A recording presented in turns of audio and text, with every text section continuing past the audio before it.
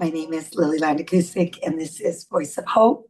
And I'm excited to be able to speak with you today, Nicole, and share about all of your work, your accomplishments, but especially about you and I talked about healing and healing from parental alienation, as a child. Now you're an adult, but also seeing it as, you went through your marriage and you went through shared parenting and then now through your partners. And I just wanted to talk to you and let you kind of share with others about why you created parentalalienation.resource.com and what your mission is and about your healing journey from your experiences. All right. Well, thank you for having me. I was not technically a child of parental alienation because I never knew who my father was, and he never knew I existed, and he's no longer with us, so he will never know. But I'm actually meeting my family next month. So I have met my brother and I have met a cousin and my niece, but so I'm going to meet the rest of my siblings. I have another brother and two sisters that I did not know about. I did know about my brother, but I didn't know like and his name or my dad's name or anything like that. And I think it's just in parental alienation, it's kind of, well, it is where the child knows their parent and has a relationship with their parent. And I didn't have that, but I did have the mother who I had to give up wanting to know who my father was if I wanted a relationship with my mother. It was a very contentious conversation. I learned, I think, I don't know, I was about 7 or 8, and that's like a whole other story of how I learned. But when I learned that I didn't know who my dad was, and then as I went through my teenage years, I really wanted to know, and I would have some pretty knockdown dragouts with my mother, and she wouldn't tell me. Like she told me that I had a brother, and that's all she would tell me. She said she didn't know, and I had asked my grandparents and I asked my aunts and uncles, and like any time that I we were all together as a family, I'm like, come on, you gotta know. I mean, like, how do you not know? So, but I guess they didn't, and they really didn't even know that she was pregnant with me. I was born in the ambulance on the way to the hospital, and no one knew I was even coming. So, so yeah, so I wasn't going to learn that way. But like I said, I learned if I wanted a relationship with my mom, I needed to stop trying to ask her about my dad. And I used to like, I would watch Oprah and be like, oh, maybe she bring me on her show and I can do like a DNA thing with time. And I really wanted to know, like, I wanted to know bad. And then kind of when the DNA thing did come out and I was older, I'm like, well, I don't want the government having my DNA. So then I didn't do it when I guess I should have done it and could have done it. And now I have that. Now I have like this guilt that I waited too long or I should have done something that I didn't do. And now my dad is not here. But How did you find out that your dad had passed away? so my daughter did a DNA test like 2 years ago and she matched with a first cousin. So it took me probably about a year to contact her because I didn't know anything and I'm not really close with my cousins in my family. So it wasn't like what, I don't know, I guess this wasn't what I was looking for. So I didn't automatically reach out. But after like a year, I said, well, I'm gonna reach out. And so she's like, well, you're either my one of my two uncles' daughter because we are not coming up as my sister. So obviously not my dad. And but we're first cousins, which means that one of my uncles is your dad. And they had both passed away. I knew that. And one didn't have any children, and one had a bunch of children. So she's like, well, why don't you take the ancestry test? Because my daughter took the 23andMe or whatever, which one. So she's like, maybe we'll find out something different for taking that. And we didn't find anything different. So then she's like, well, I'll see if one of my uncle's children will take the DNA test and then you can at least match as like a sibling. So we did that, and it took him a long time to reach out to me. And that was, I don't want to cry. And that was like, I don't want to cry. So that was like a rejection to me, kind of in my head. But it wasn't like I wasn't mad because I knew that he was just as much a victim in this as I was. So So it took him a little bit of time. yeah, like almost a year. And I just found out in well, we talked in I guess January of this year was the first time. And even when we were sitting there and he's like, well, I don't really want to tell the rest of our family. And I was like, I was okay. And but then eventually we sat there and we had a couple drinks and we talked and by the end of the time, like he flew back home to where they're from, and like as soon as he walked in the door, he told everybody in his family. So that changed really quickly, and we became like pretty close. We were texting all the time and talking and all this kind of stuff. So, and he's significantly older than me. He's like the same age as my mom.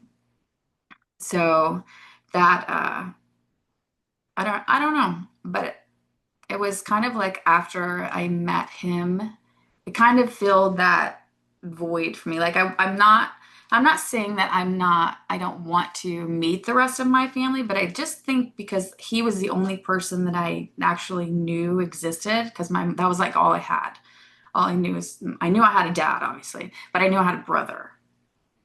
So I think that kind of filled that void in me, and I wasn't so like eager to meet everyone else. And now I get to go meet them coming up in August. So I'm excited about that. But like I said, it just wasn't that real intense. Like I haven't even talked to some of them. Like I haven't even talked on the phone or anything. So and I'm not like hurt by that like I was, I think, with him. So I don't. Or say why he waited. Um, well, like I said, he's significantly older, which so then our dad is definitely significantly older than that. And I just don't think, I think it was a total shock to him. Like, I don't, his parents weren't divorced. So I think that yeah, I was a shock. And he didn't, and then he's grown and his kids are grown and they're starting to have kids. And I just think that he didn't want to ruin the reputation of his father. So I think that's why it took so long. And your father had already passed away. Yes. Yeah. He's probably about 6 years ago, I guess. How, Yeah. I hope it's not too personal to ask, but Yeah. how was it finding out that he had passed away? Where it makes me sad to, put myself in your shoes that you're finding your family and then you find out that he's passed away. Um, I was kind of shocked, I guess, because I didn't like my mom never told me that. She didn't tell me he was that much older. And probably if I had known he was that much older, my time could have been limited. I probably would have done like the DNA test or something. So I didn't, and I didn't, because she never told me like how old my brother was, or his son was, or anything like that. And I guess he was probably 20 when when her and my dad hooked up. So, but yeah, but I didn't know. And it was, yeah, it sucks. I think the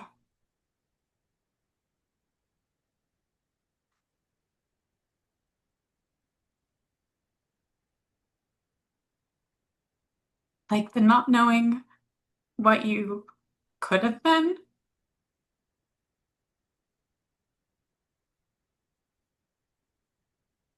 or the love that you missed out on. Because I can see that like my family was a good family and they have nothing but great things to say about him, and just the fact that I was with this parent when I could have been a lot better off with the other one. So I guess I want to, it's so emotional to hear you talk about that with your dad and the permanency of, kind of growing up and becoming aware and then realizing what you lost, especially being a parent. It makes me ask a lot of questions that I want, to know about how it affected your parenting as a mom and going through separation and how you want it to be different. And I guess I also really want to know, how do you heal from that? Because so many of us are having experiences of looking back and saying, what if? And, you know, how do you take that on in an empowered way? Because you become so empowered as an advocate. But if you talk a little bit, about how it changed your parenting. Um,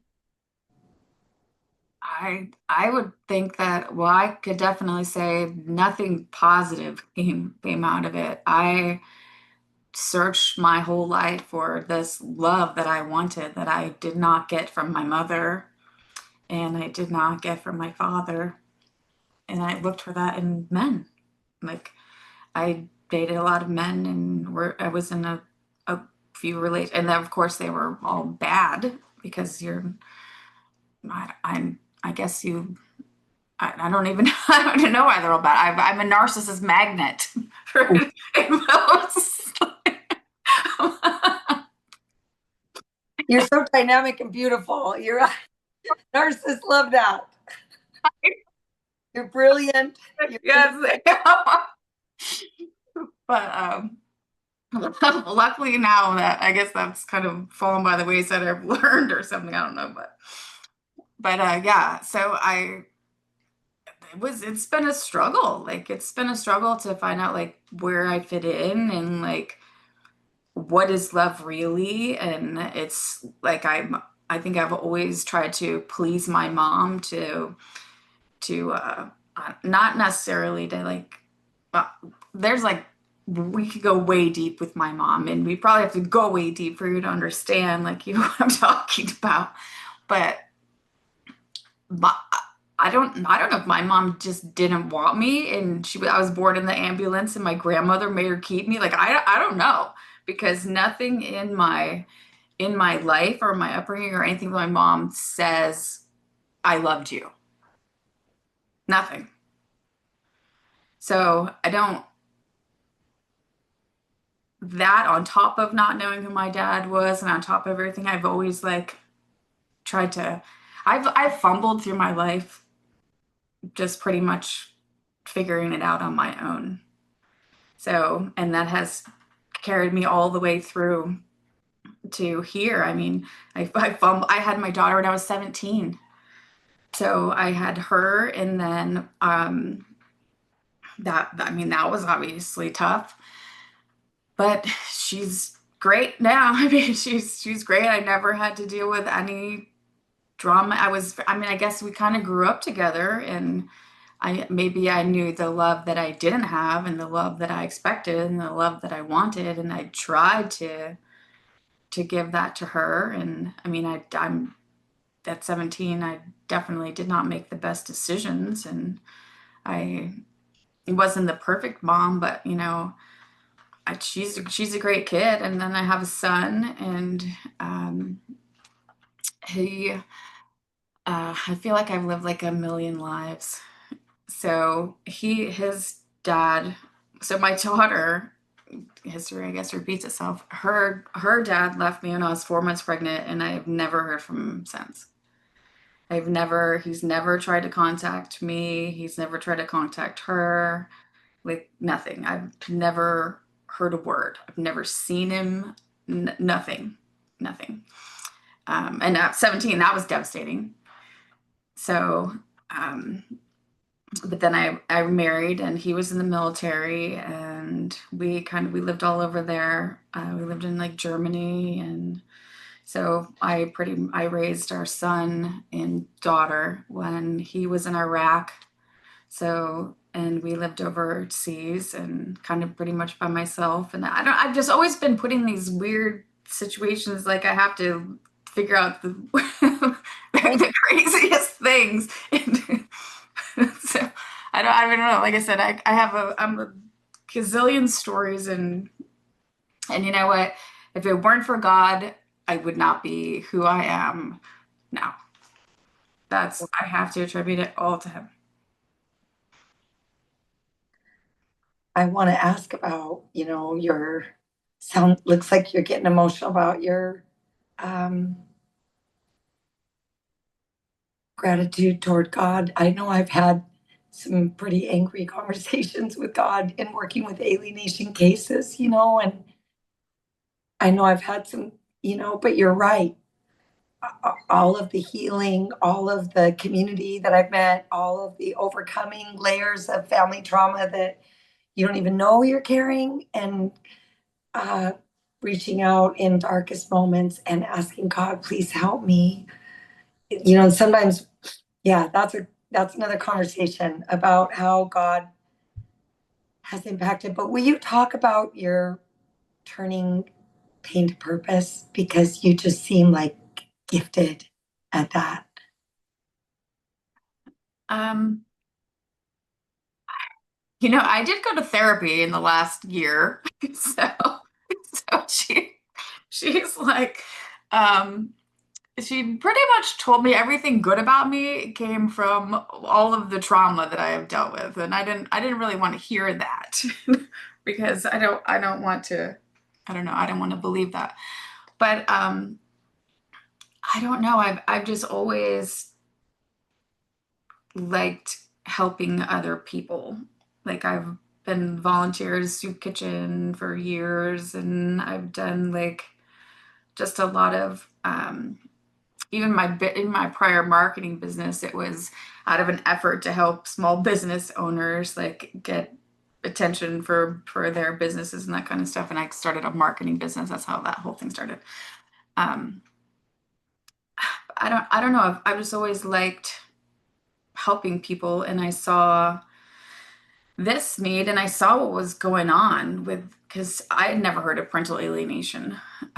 Like I said, I'd been divorced. When my husband got back from Iraq, we divorced not long afterwards, and our son was probably 5. And he had some issues that he dealt with and whatever. But I myself went through the family court, and I had sole custody. He had supervised visits.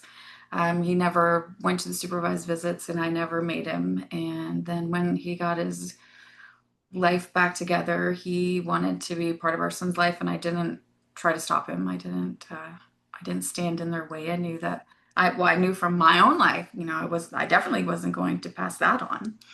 So I didn't try to interfere. And then eventually, when our son was in high school, he wanted to go live with his dad, and we worked it out, and we did. And his dad and I didn't get along, so we pretty much worked everything out through him. I mean, when we would call and talk to each other or him if when in each other's care, and if he wanted to do something that dad was doing and we weren't doing something, then he did it. And if I wanted to do something with him and his dad and him weren't doing anything, then he came with me. So it was never like I don't know, it was never this battle. Like I never had seen this battle over children before. And then all of a sudden I was like, okay, like what's going on here? Like how does a child go from wanting to be on FaceTime video with a parent for hours to like not even being in a photo with them anymore? Like how do they go from not wanting to sit, they don't want to sit next to them at the dinner table, they don't want to talk to them, or they don't even look at them when they're talking. Like how does this happen? So I started like looking it up, and then parental alienation was the kind of the word for what I was witnessing. And then I saw what happened in the family court system when you tried to say that you were being alienated from your child, and how they were, I don't, they can't be that naive. Like they have to know what is going on and actually take advantage of the situation. I don't think, I can't see how it's possible that that's not what's happening in these situations with your families, because how do you, what gives someone the right to take someone's child away from them? Like, I can understand if the child is in, or if the parent is like in jail, or they have hurt the child or something like that. But I'm seeing this happen to parents who haven't done anything wrong. And I don't, and I can't comprehend that, other than it has to be like a business model. Like, they understand that the parent is going to fight for their child no matter what, till the death. And they come in at 5 years old or 6 years old, up to, I've seen parents in there for like 8 years in court, just trying to be a parent to their child. And then, I didn't know in America that that was something that existed. So that's kind of why I started Parental Alienation Resource. At first, it started just as kind of like just like a place where I was holding the information because I was learning myself. So I just kind of used the Facebook page to keep it all to keep track of it all. It's kind of like a file folder or something.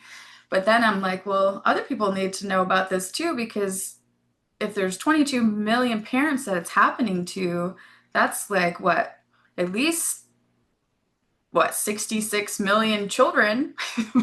Because you got to think they've got a lot of, what, three kids per family, or two point whatever kids per family. So, and then it goes, it's just going to continue on, because what, I mean, what are these people teaching these children? Oh, if you don't like your other parent, then you lie about them and you manipulate your child into not liking them so they won't go hang out with them anymore. And then you go to the family courts, and you know what? Then the judge signs off, and you never have to let your child go see that parent again. Like, what? I don't know. It's just a very dysfunctional, messed up cycle that's going on, and I don't understand how it's possible. I don't understand how parents don't have the same rights that the criminal does. I mean, you couldn't. A criminal is going to go to court, and they're going to have due process. They're going to have all of the, if your kid is taken away, that's pretty much the same as your life being taken away, your freedom taken away. How do they not afford you? How do you not get an attorney? How do you not have a jury of your peers? Like, how do you not have all of these things as a parent to this is your child. This is an extension of you. Like, how is the government and a liberal attorney come in, come in and like and just take all your rights away for no reason, for no reason. And how does a parent do that to their kid? When I was going through this with my ex-husband and he was having bad times in his life, I didn't tell our child that. I didn't go to them and say, "Oh, your dad's such a bad guy and he's doing this." Like, why? Why would you do that? Why would you do that to your kid? Why would you make your kid feel like crap? Like, because if you think your parents crap, what do you think that you are? And I want to ask you, have you asked that of your mom? I haven't talked to my mom in 2 years. Oh my goodness. She and she has not even attempted to talk to me. What happened that created that boundary? I found out that my dad was one of those two people, and I sent her a text message and said, does this look familiar?" And then she said no, and I said, "Well, one of them is my dad." And she started saying like other things, like, "Well, he was older." Like, she started saying things that she'd never said before. Like, all of a sudden he was older and this, and like it was no longer that he just had a son. She had all of these other things that she knew that she had been holding from me. So then I pretty much called her a lying narcissist, and I told her that she sucked as a mom, and I haven't talked to her since. And she has never tried to contact me. Of course, she's the victim because she is a narcissist. So, So she didn't have empathy for you when, oh, oh no, oh, absolutely not. Nope. It was more, I don't know, fear of her secret getting out, maybe. was she traumatized as a child? Was she severed from relationships or had that? No. I mean, her parents were divorced when she was like, I don't know, 17, 18. But I don't know. It's just, I'm putting myself in your shoes or as a fly on the wall, and that you're coming to your mom saying, I found my dad, and she's not connecting. Oh no. Doesn't, no apology that he's dead, nothing. No, no remorse. This is a hard question too, but now that you've become a parent, you've seen the alienated cases, you've started to say, how does a parent do that?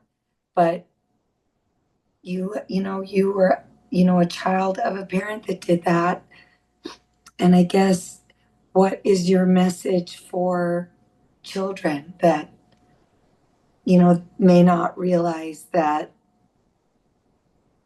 the parent that they're with may have mental health issues, may be hiding secrets, may be manipulating their best interests for that parent's own benefit. But what would you say, I guess, to your younger self, yourself when you were, Oh gosh, well, my younger self, I would have definitely said, who cares what your mom says? Go find your dad. That's that would have been the best thing for me, I believe. But now as an adult, I see that he had a wife and he had a family, and did I want to go in and mess that up? So that's my adult self speaking. But if you're asking as a child for my own thing, I would say go. you would say that to other children? Absolutely. Absolutely. Yeah, go find him. And What, I think I've become very I don't know how I have a whole different perspective on people who tell me that their child's not allowed to see their other parent, even when the court says they're not allowed to say it, especially if the court says they're not allowed to say it. what's your opinion about that My now? opinion is that something's wrong with that parent, not the parent they're not allowed to see.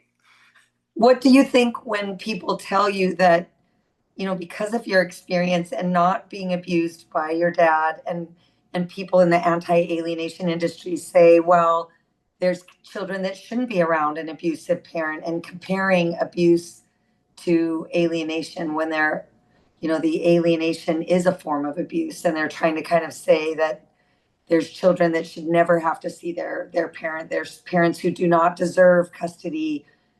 How do you give feedback that there's kids who are victims of an abuser, but it doesn't look like that? It's an abuser that might look perfect.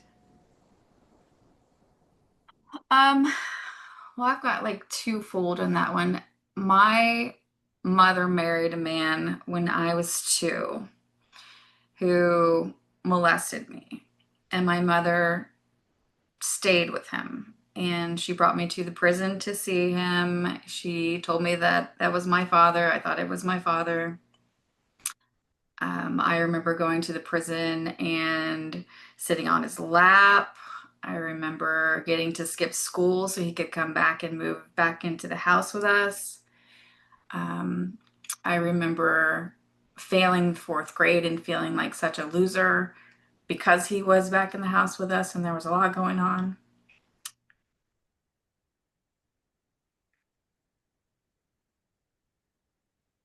That's new. That's why I'm crying because I didn't realize before that it wasn't my fault. Um,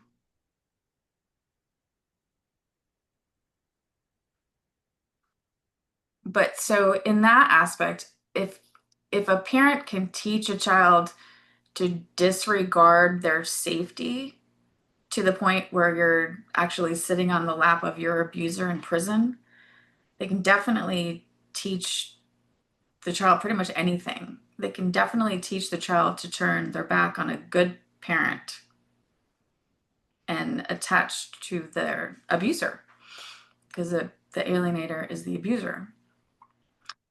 And then I am also a volunteer guardian at Litem for the state of Florida.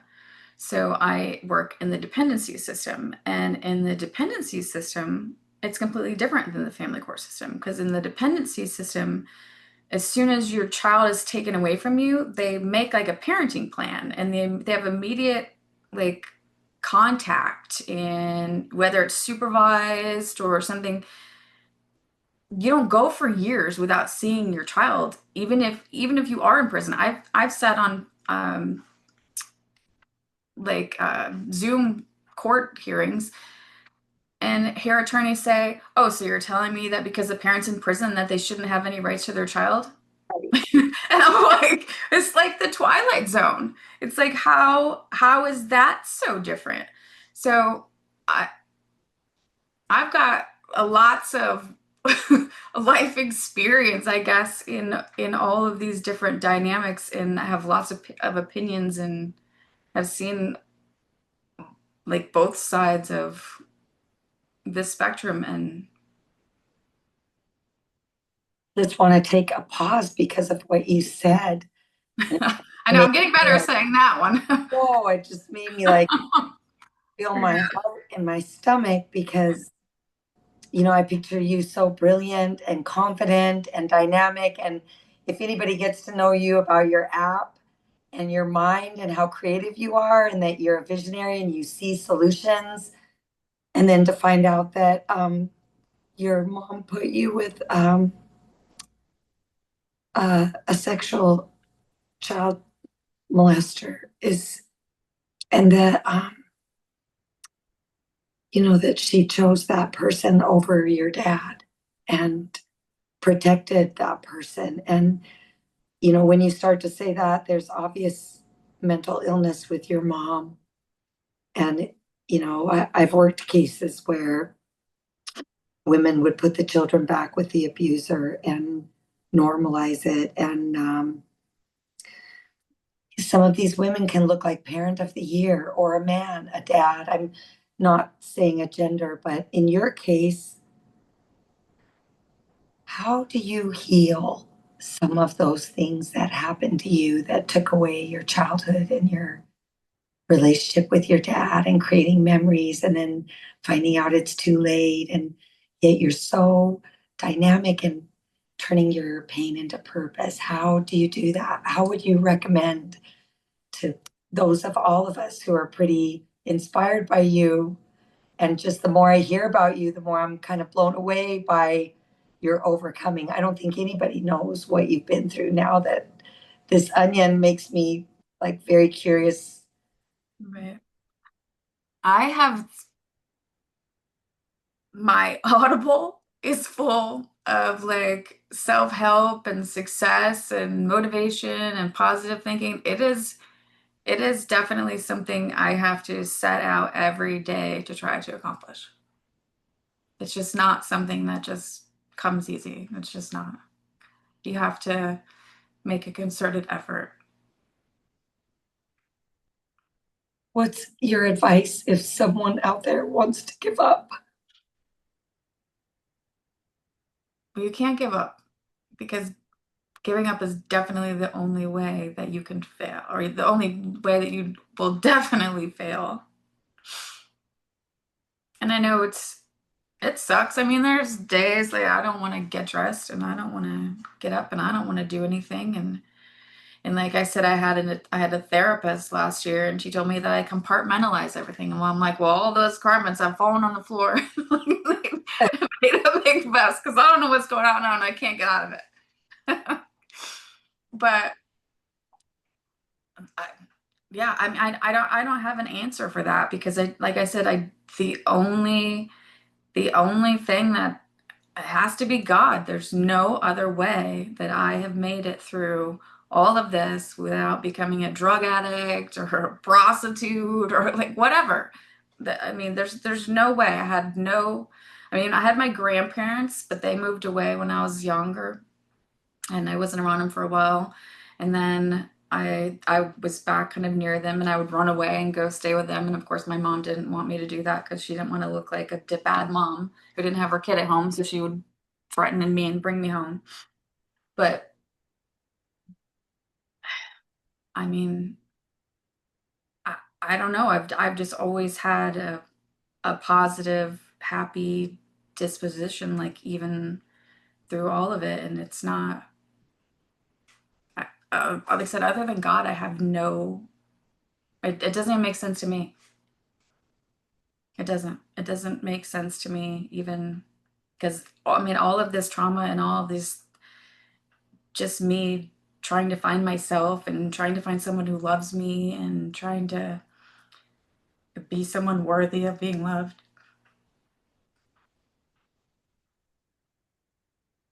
These are such universal emotions. I think every one of us feels, but has a hard time sharing. And I didn't, um, I didn't expect to cry this much.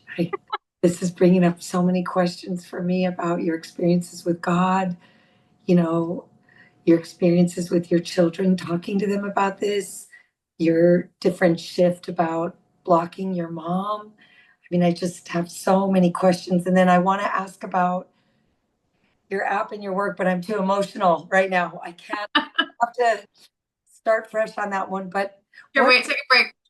I'm gonna take a break. Yeah, gotta take a break. Oh, this is um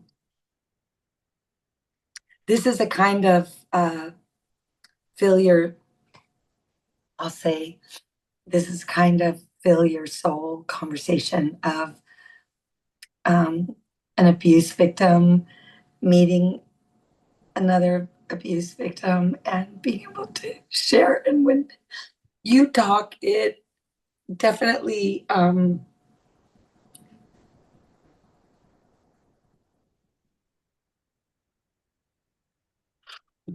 it brings words to things that I feel, but a different. It's healthy, so healthy to hear you talk because I can feel your healing and it affects me and my journey as well. But gosh, what an overcoming you are! What a miracle of overcoming to take such a story of really intense separation abuse. Um, and then I can't imagine, all of the professionals along the way that probably minimized, failed, just probably turn a blind eye. Yeah, now that I'm looking back, like, well, I went to therapy while um, going through the process it took to get to the court hearing and stuff for my stepdad to go to jail. So I did go to therapy then, but after that, I didn't do any therapy, and I didn't want to do any therapy. I don't know if that's what I told my mom or whatever. So I'm not blaming anyone for that, but I don't understand how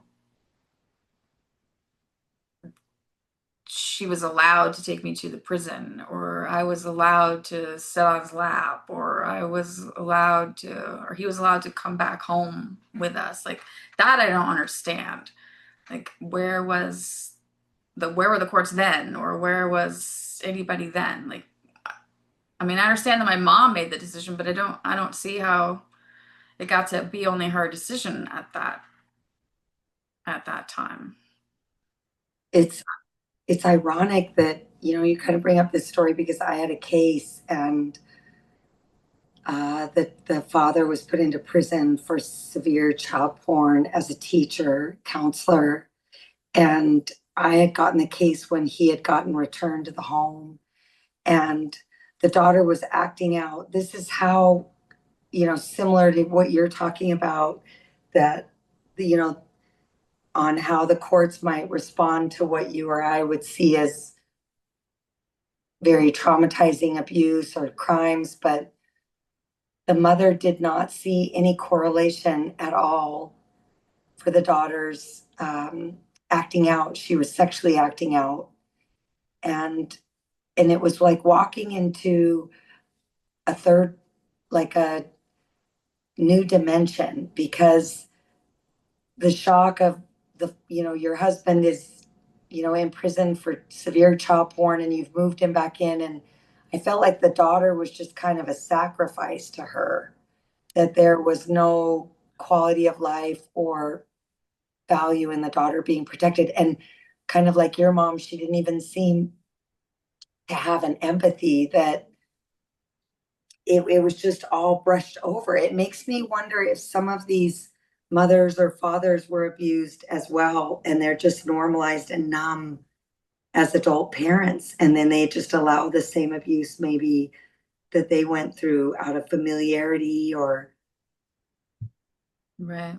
Yeah, I don't know. I have brothers, and she's definitely not the same with them.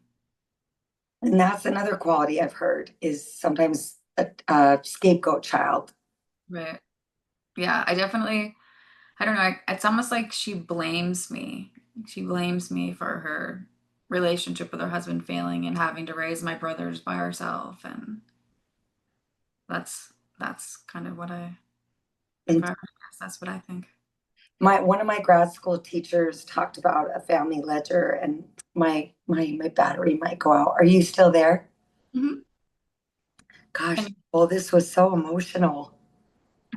I So, know I'm a crier. hey, oh, you're so fascinating and so much more than I knew. I mean, I was like, oh, I just love talking to her, and I get so much excitement when I talk to you usually about ideas, but we haven't really talked this way before, and it's Yeah. been beautiful, and I want to do it again. I want to end now and see if we can. I'm going to put this, but if you don't mind, I'm going to call you right after. I want to talk to you right now. I'm gonna finish my martini. Oh, the first of many. We have to talk more now. Yes, absolutely. All right. Ah, that was profound. And I'll call you right now. Okay. Bye.